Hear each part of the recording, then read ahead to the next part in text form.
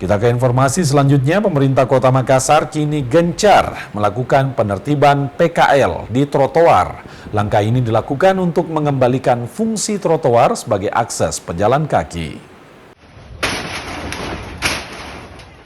Puluhan lapak di Jalan Maipa dan juga Datu Museng di Kecamatan Ujung Pandang, Kota Makassar, Sulawesi Selatan ini ditertibkan petugas.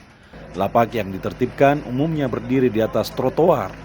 Tak hanya di Kecamatan Ujung Pandang, hampir seluruh lapak PKL yang berdiri di atas trotoar di Makassar ditertibkan. Penertiban dilakukan petugas gabungan dan mulai gencar dilakukan dalam beberapa bulan terakhir.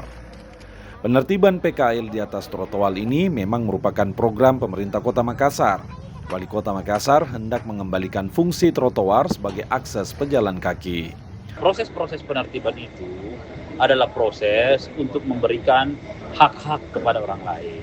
Artinya di atas jalan, di atas trotoar ada hak-hak orang lain yang ada di sana. Itu kita tidak boleh ambil. Sehingga proses ini kita jalankan sehumanis mungkin. Penertiban PKL ini tak hanya memperindah kota, tapi juga sebagai respon atas keluhan warga yang kesulitan mendapatkan akses jalan kaki.